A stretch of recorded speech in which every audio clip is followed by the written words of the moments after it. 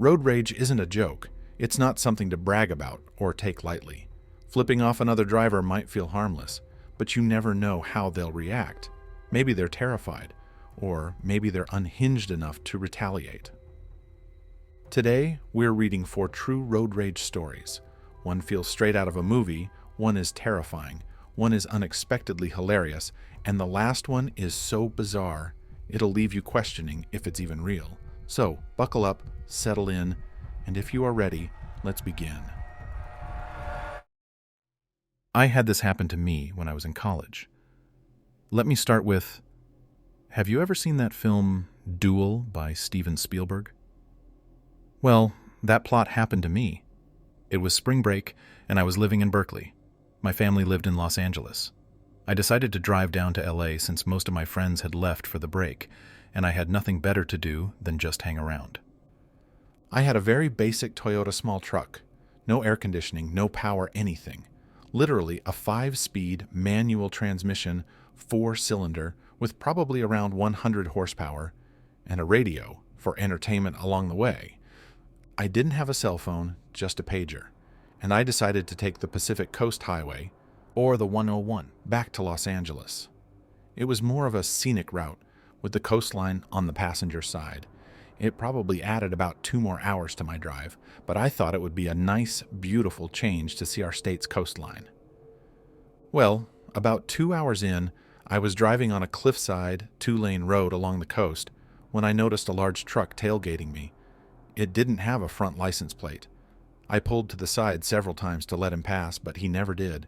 He just kept riding my bumper. It freaked me out. There was literally no place to pull over or take another road or lane to escape.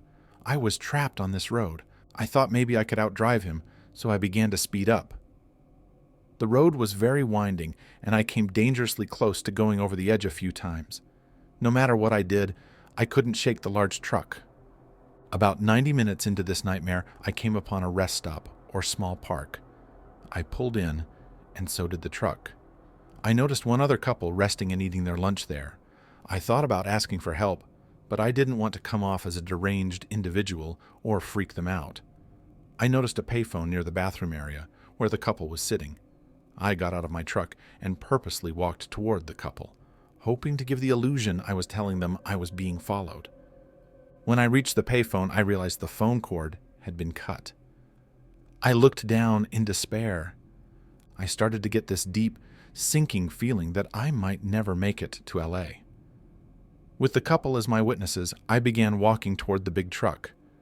As I got closer, the driver spun his tires in the dirt and drove off. I thought, thank goodness the freak is gone. But he wasn't. He was waiting further up the road for me. I don't know why I didn't simply go back to Berkeley at that point, but I thought he was just messing with me for fun. As I started driving on the 2-lane highway towards LA, I saw him waiting on the side of the road. He still had no rear license plate. I couldn't believe it. I stopped. I just sat there in the road to see what he was going to do. After about 5 minutes, another car pulled up behind me. I thought, okay, perfect. I'll use that car as a buffer. I started driving again, and the truck got behind the car that had been following me. But my so-called buffer pulled off into a driveway just 2 miles later. Now the freak was back on my bumper, this time tapping and rubbing up against it. I sped up. He sped up. This went on for another 30 to 45 minutes. Finally, I saw the access point to the 101 freeway and jumped on it, leaving that lunatic behind. It was 2.5 hours of pure torment. I didn't think I was going to survive it. I will never, ever drive in a rural area by myself again. There are some messed up deliverance-type people out there who just want to torment you, possibly kill you for fun, or see you cause your own destruction. I honestly thought that truck driver wanted me to go off the cliff. Anyway, be careful at all costs. Recently, there was a road rage incident on the 90 where a guy murdered another driver with a gun. I think they caught him because a lot of people saw the execution-style attack. It's just awful that this kind of thing happens at all. These people are seriously sick in the head.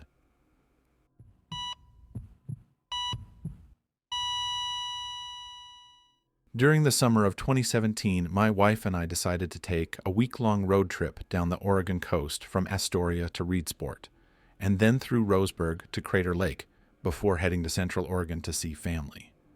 As we were going through Roseburg, I was traveling in the right-hand lane of a divided 4-lane arterial road. I saw signage indicating that my lane was about to end and that traffic would need to merge into the left lane. Some people believe that immediately moving over is the correct move in that instance, but that's not true. Zipper merging is the proper way to handle a traffic merge like this. It allows full utilization of both lanes and reduces congestion. I waited until the proper moment and executed my merge into the left lane. I'm a professional CDL driver with an accident-free record. I checked over my shoulder and in my mirror.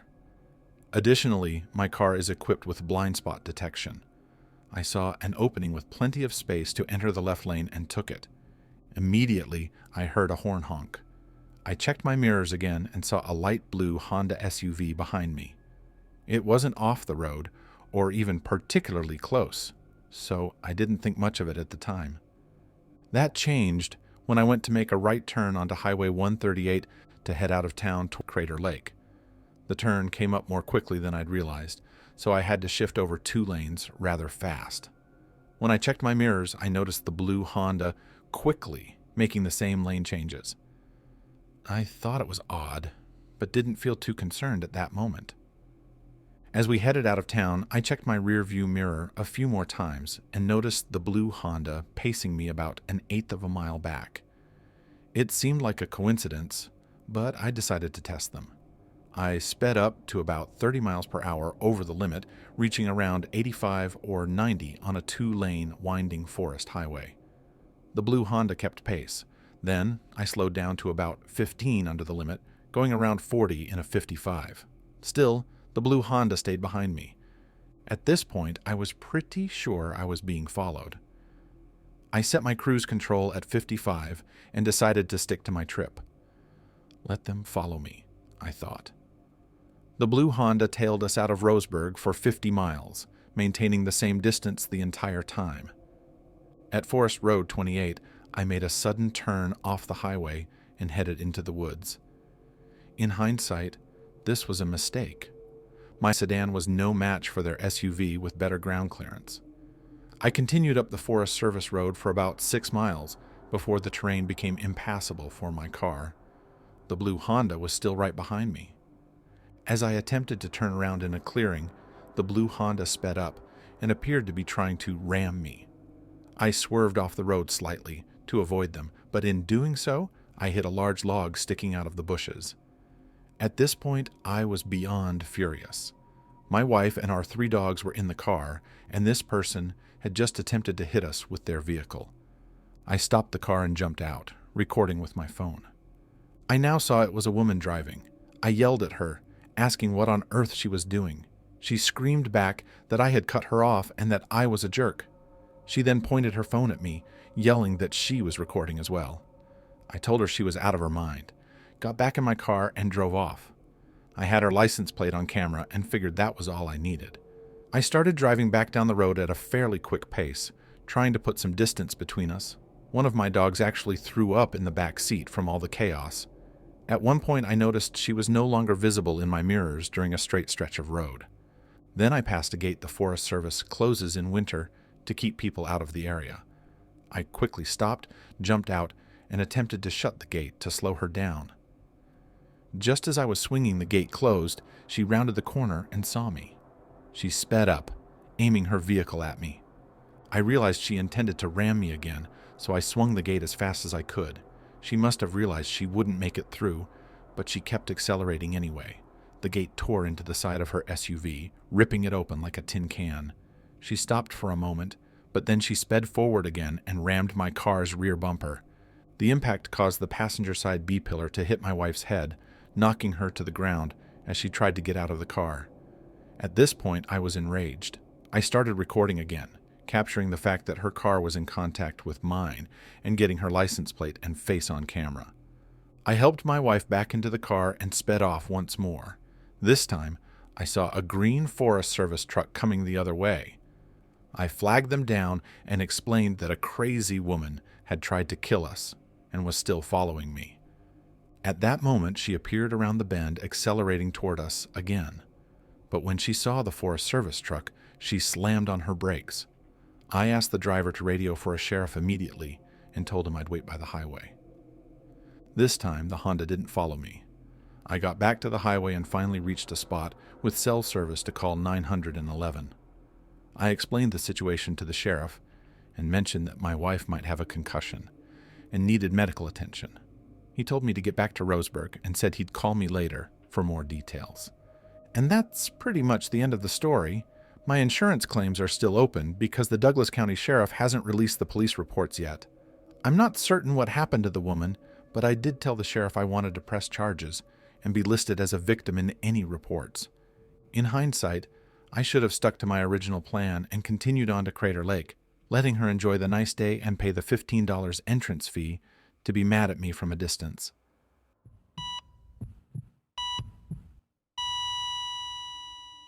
I'll qualify this first by saying that this was a long time ago, probably the very early 80s. I don't behave like this now. I was cycling home from college and going north up Camden High Street. As I'm approaching the lights at the junction at Camden Town Tube, a Porsche appears from a side, turning to my right, and cuts me up, only to have to draw up at the lights a few yards further on. The red mist descends. I pull up alongside the driver's side. The window is down. I draw a deep, gurgling, fruity breath through my nostrils, shout, "You cunt," down at the driver, and then deliver the results of my gurgling nasal inhalation in a gobbet of, as Baldrick once said, pure green through the window. The driver looks at me and very, very convincingly says, "You're dead." It is now that I realize that my elevated position relative to the low-seated Porsche has given me a somewhat distorted view of the driver. He must have had trouble folding himself up small enough to get into the car. When unpacked, I estimate that he is probably around 8 feet tall and built like a brick shithouse. I fear I have miscalculated this encounter. I stamp on the accelerator and realize that I have also miscalculated which gear I stopped in. The pedal offers yields grudgingly, as if I have selected a short lever with the fulcrum at the wrong end. The end of my life will come quite shortly if he gets out of the car before I can gain some momentum. My legs eventually force some movement out of the reluctant drivetrain, and I make painfully slow progress through the red lights and across several lanes of crossing traffic, heading up Kentish Town Road. The red lights delay him enough for me to make some yards, but the engine on the Porsche fires up, and there then follows a bizarre chase through the back streets of Camden Town, me on my badly maintained pushbike, and a justifiably enraged King Kong in his Porsche. Having managed to change down into a sensible gear, I play my trump card by turning into a one-way street going the wrong way. He follows, and then swerves the car across me, forcing me to a halt against the curb. There are some very scary few moments while I get moving again, and whilst he unpacks himself from the car, I gain a little, but then he's legging it after me.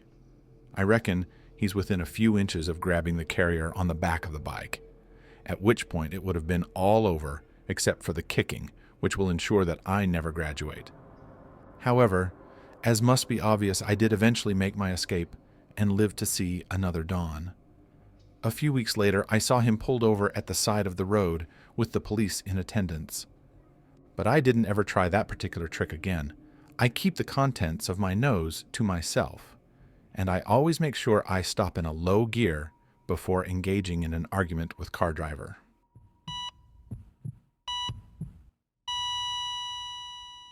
It was a normal morning for me on my way to work. There had been a heavy rain the night before, which continued into a light drizzle early that morning. The sun had just started to come up, but was concealed by a thick cloud cover that made everything dark.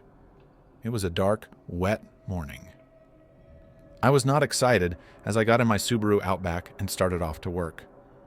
I live on a side road that used to be part of the main highway.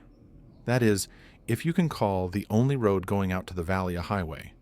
It was more like normal one-lane road. Eventually, they decided to bypass it with a better road that they also decided to call a highway, but it was still just a one-lane. Anyway, Before the new highway was put in, the speed limit on my road was 50 miles per hour. Now, it's a grueling 35 miles an hour. Hardly any of the locals used to go less than 50 miles per hour, but ever since cops started clocking near the entrance onto the main road, most people, including myself, are more encouraged to go a safe 35. So there I am, going 39 miles per hour on my 2-mile stretch of road before I reach the main highway.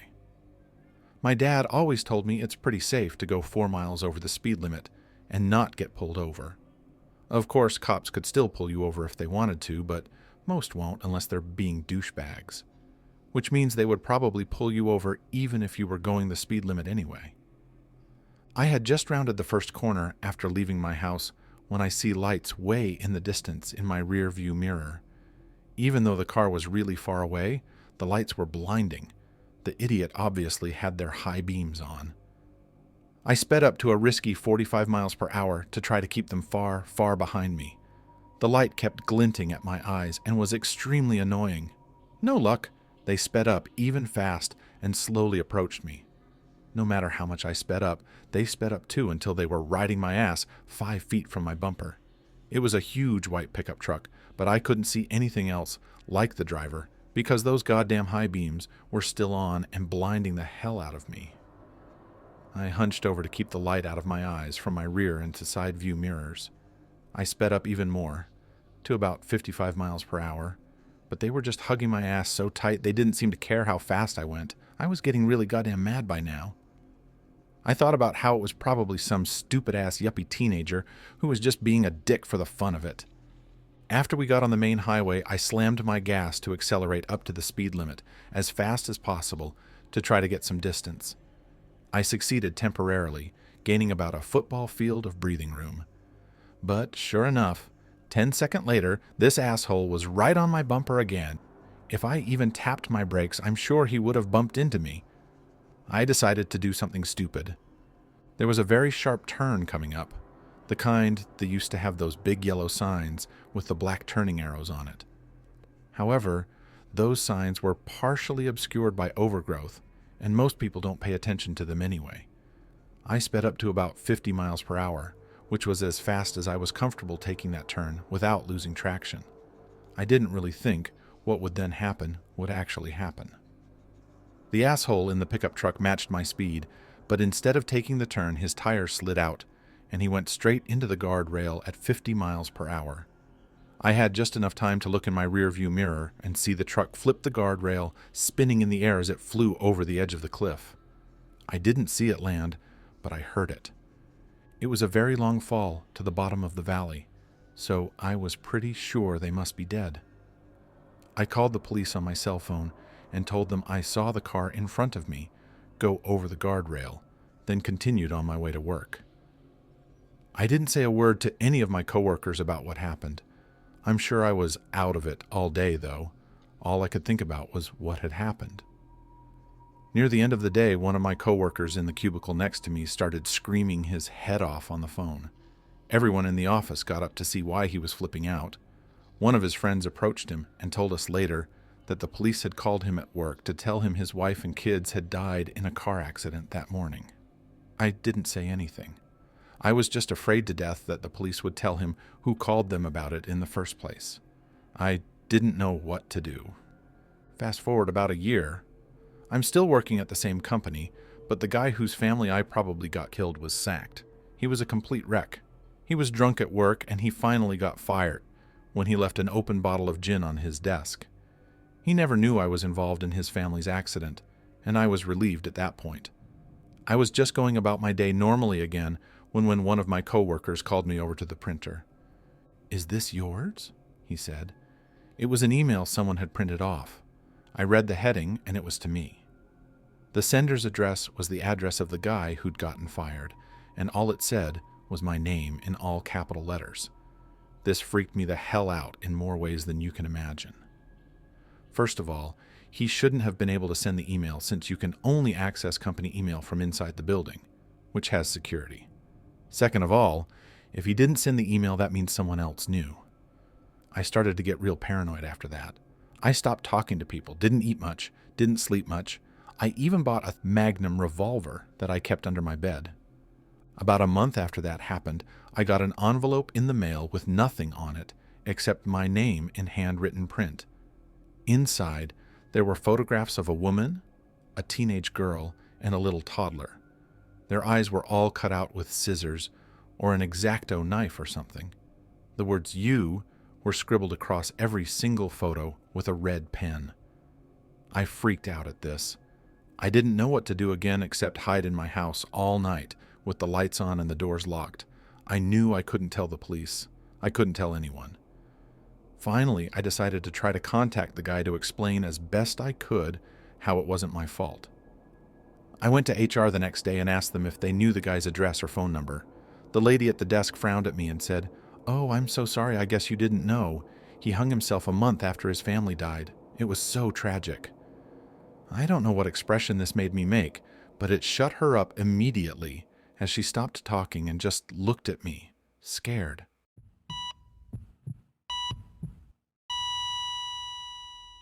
And there you have it, 4 road rage stories that prove just how unpredictable people can be behind the wheel. So, next time you're tempted to honk, yell, or make a certain gesture, remember, you never know who you're dealing with. If you enjoyed these stories, please hit that like button and subscribe for more chilling, bizarre, and thought-provoking tales. And hey, let me know in the comments, have you ever experienced or witnessed road rage? I'd love to hear your stories. Until next time, drive safe, stay calm, and take care.